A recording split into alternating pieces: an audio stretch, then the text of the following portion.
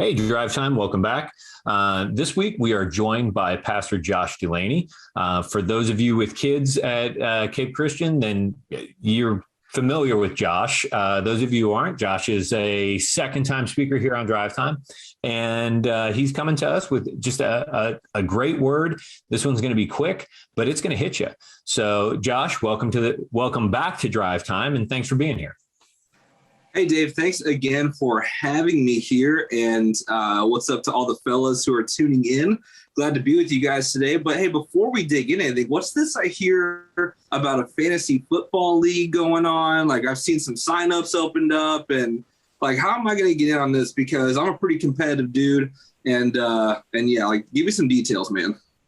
Well, okay. So when I think fantasy football, I think Josh DuLany. I mean, it's like they're like hand in hand. No, so yeah, the CapeMEN sponsoring we're running a fantasy football league. Signups are open right now, and you can either go to the CapeMEN Facebook page, or you can get information on the at the connection desk, at really through the QR codes that are posted up around a couple places at church.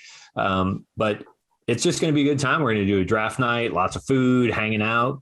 And we're also going to do a Super Bowl party where we're giving away the prizes. And I'm telling you, I'm going to have to tell you when we're done recording what the grand prize is, but I'm going to tell you it's ridiculous. I get some behind the scenes details. Sorry, fellas. Exactly. So, but I'll let you know here in a minute what that is. I don't want to unveil it just yet, but yeah. So any of the guys watching too, they should definitely hop on there. It's $20 to get into the league, and trust me, the prizes are going to far exceed that. So. Sweet. All right. Well, y'all better watch out. I'm a Phillies fan, Philadelphia Eagles fan. So all the Dolphins around here get used to losing, but I guess you kind of are. So that's all right. Sorry. It's in me. All right. I'll let it go. Cool. Awesome, man. Well, yeah, I'm looking forward to that. And hopefully these guys sign up and, ready for more trash talk. That's where I'm at. So. I like it. That's really what this is. It's a church-sponsored trash talking event disguised as a fantasy football league. Sweet. So, it's trash talk's a love language too. Oh, well, yeah, absolutely. So, all right, cool. All right. So, again, thanks for being here. And we'll put the train back on the tracks now. That'd be good. Yeah. Awesome.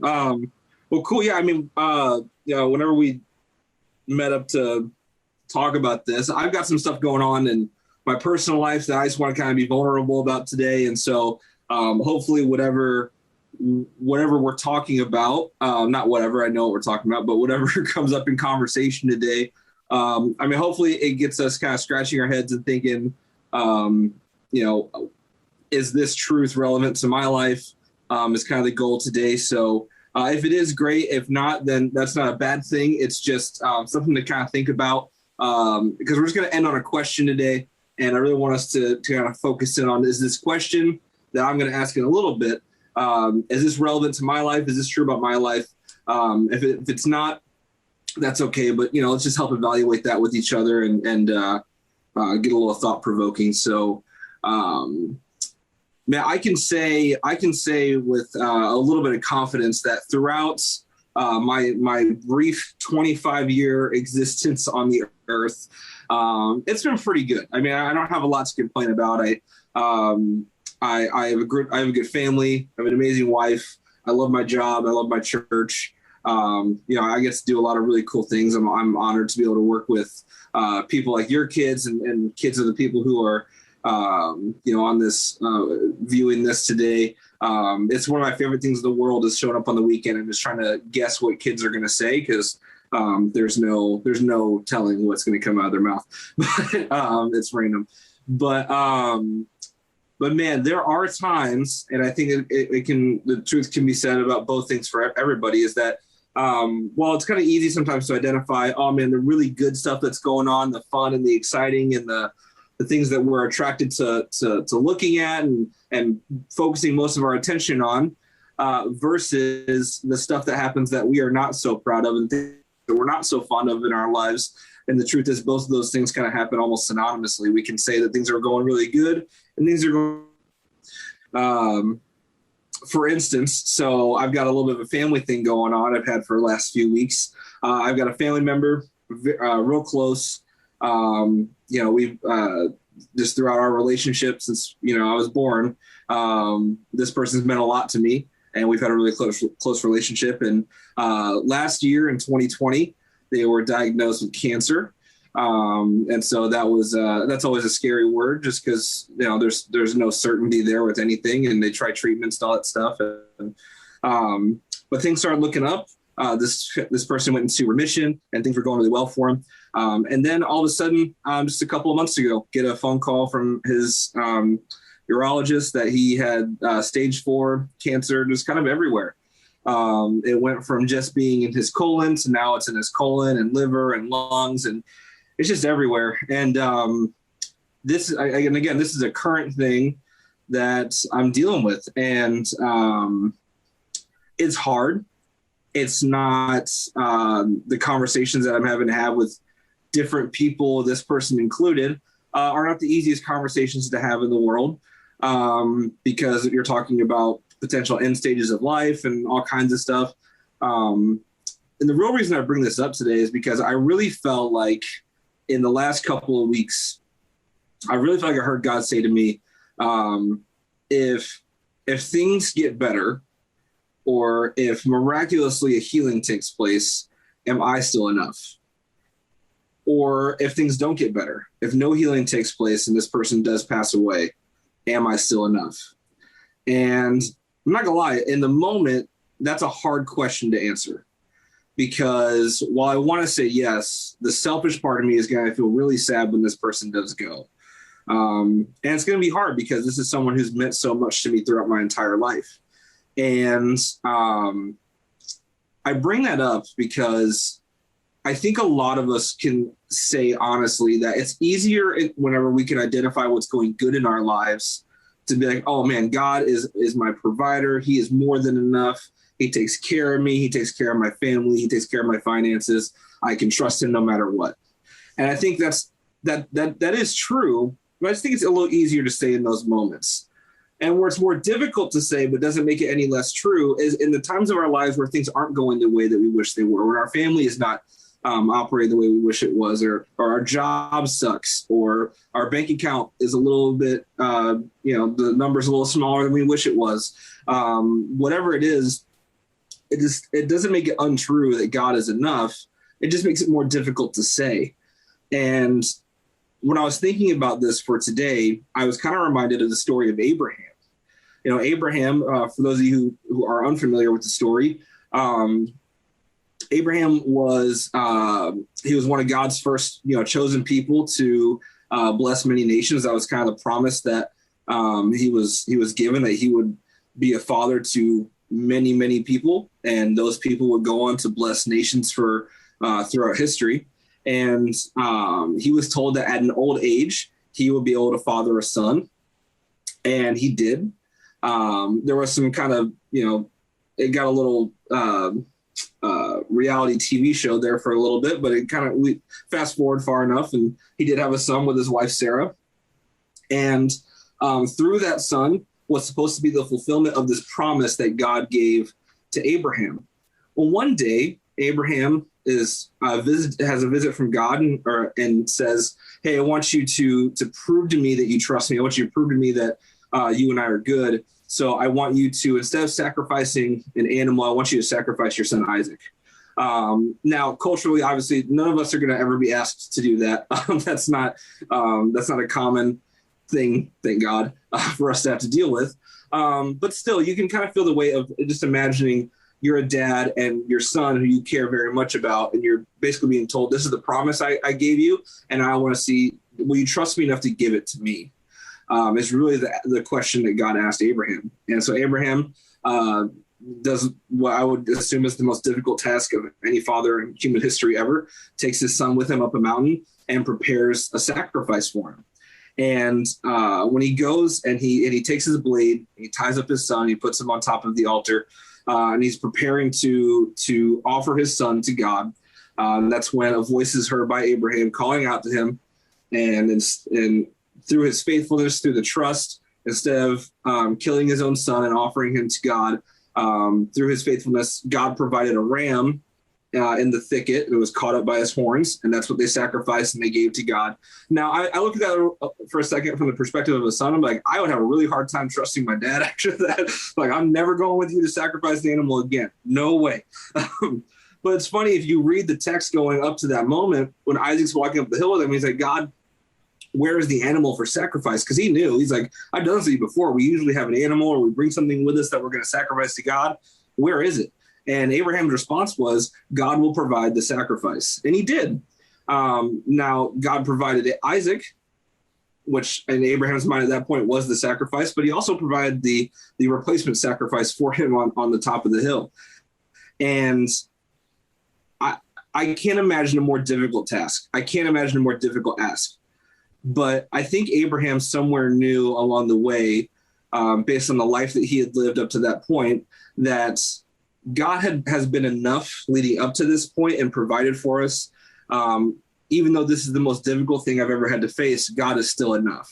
If I have to give away this promise that he gave me, he is still enough.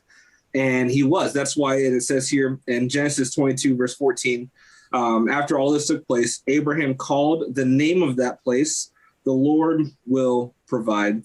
And that's what he called that mountaintop. And really, I just want to ask that question to us today. When your life is going good and when everything's on the up and up, everything is tracking up and to the right and everything's positive, is God still enough?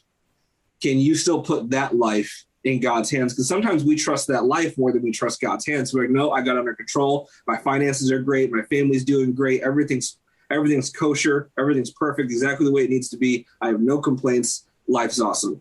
Is God still enough, though? Is God still enough in that moment for you to step away from those things and be like, man, I still need to have a good relationship with him. I still need to spend time with him every day. And the same is true for the moments in life where we kind of have an Abraham moment where, there's a family sickness or your finances are down or something is not going the way you expected. Something in your mind had a specific expectation and it's not going the way you wanted. Whatever that is, job, finances, family life, whatever, can God still be enough? And personally, I'll be honest with you, that's the question I'm wrestling with right now. Not that I don't think God could be enough. It's just harder to answer yes. Because if this person in my life is to go, then I have to trust that God is enough for me. And there's certain things that I wish would take place between now and that moment that I don't have any control over. If they were to happen, can God be enough? The answer is yes, absolutely. But if they weren't to happen, if those things that I have expectations in my mind of certain conversations I want to have with that person or certain experiences I want to take that person on, different things that I would love to happen between now and that moment, if I can't do any of those things, if I can't live up to that expectation, if all that falls before me, can God really be enough? And if the answer is yes, that you feel like you can strongly agree with that, yeah, then absolutely, like, I agree with that. That's awesome. If that's something that you're kind of running through your head right now, like, man, I don't know if I can say that without a doubt, or even with my doubt, I don't know if I could say that. That's okay too. But my encouragement to you is wrestle with that for a little bit and really scratch your head and think, can I, whether my life is good or bad, put it in God's hands and realize that he is enough? So that's my question for you guys today. And that's good. And like you said, it's not always the easiest question. So, all right, let me ask you from really the nuts and bolts of it. Like if I'm a guy and I'm watching this and I kind of trip over that same spot, like, well, wait a minute, if my, mom gets sick and passes away, if my spouse walks away from me, if something tragic happens to one of my kids, is God enough? If in that moment I'm like, man, I don't know. What do you recommend I should do? Like, where do I go? What do I lean into at that point? If my desire is, like you're saying, like, I want God to be enough in that, like, how do I get there? What's the next step? Well, I want to start by saying this. If that is your response, that doesn't make you a bad person. That doesn't mean that you're less than someone else who, is agreeable to that statement. Sometimes we're in a lot more difficult situations than others, and that's okay. Not that we're comparing or saying, well, my life's harder than yours, or you don't know what I've been through. And that's not necessarily a healthy conversation to have with somebody. But also, from that perspective, us guys, I think where we trip up is we kind of play this comparison model. And I think it's a little bit the competitive side of us a little bit, which is, that's a healthy thing in some areas. This area, I think, would not be a healthy thing to have competition in. And here's why. If I'm one of those guys, what I would really want is to have one, maybe two trusted friends I could talk to. Be like, hey, man, I'm really struggling with this. I don't know why I go home and my wife refuses to have sex with me. Or I don't know why I go home and my kids are acting a fool, or whatever the case may be. And there's kind of this like unspoken rule that like we just don't talk about those things to one another, or we don't open up to those things to one another. So it's kind of it's kind of a practical application for both parties. If you're someone who is a trusted person that someone wants to talk to you about these things, then that's great that someone trusts you at that level. Let's honor that and respect that, and give that person some space to open up about it. Because that's hard. That takes a lot, especially for a guy, to open up about what they're feeling and struggling with. And if you are one of those people, it's like, man, I am stumbling over that right now because I want God to be enough. I just don't think I can answer that question with a yes.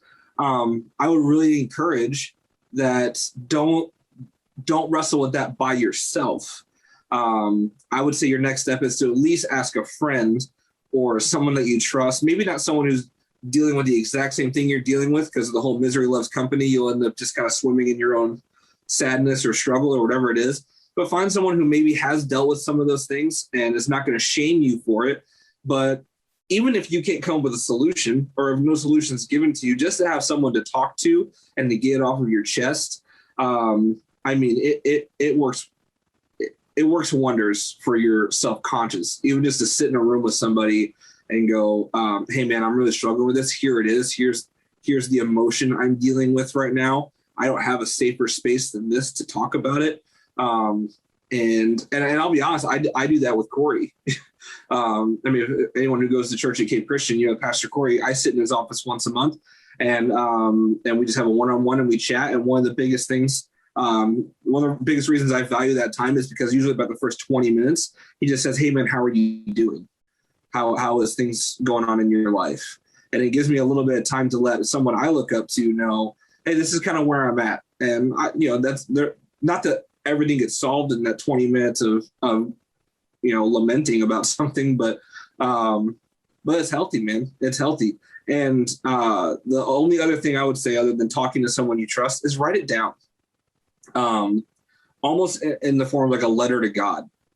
That's what I've been doing lately personally. And it's working. It's really been helping me kind of shift my perspective a little bit on this situation I'm dealing with. Is I'll just open up my book or my journal and I'll just write down almost like a letter to God. Like, hey, this is how I'm feeling. This is how I wish I could trust you in this moment. This is how I can't trust you in this moment. Like, just be brutally honest, because there's nothing you could write down or say to God that's too big for him to deal with.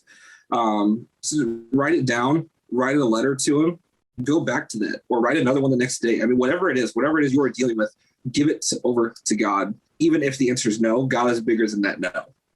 Those are my two practicals. Okay. So, well then, guys, that's the takeaway for the week. It's to ask that question.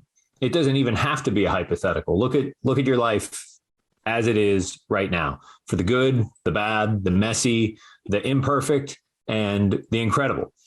Is God still enough? Is he enough to be worthy of your worship? Is he still enough to sustain you through those unpleasant times? And really, that's the question, is come up with your answer. And for those of you who feel like you can't fully answer that question right now in the way you would want to ask or the way you would want to answer, it's time to reach out. It's time to reach out to God, and it's time to reach out to your brothers around you, just like Pastor Josh said. So, Josh, thank you for spending time with us again today. We appreciate your voice here on Drive Time. I appreciate your voice in my daughter's life. And for those of us who have kids at Cape Christian, we value what you do, and we just want to say thank you for that. So thank you for being here, and thank you for doing what you're doing. Yeah, man. Thanks for having me. And thank you guys for letting me have moments of your time. I hope it was worth it. And I hope to see you all again soon, hopefully. Okay. Guys, we'll see you again next week for another episode of Drive Time.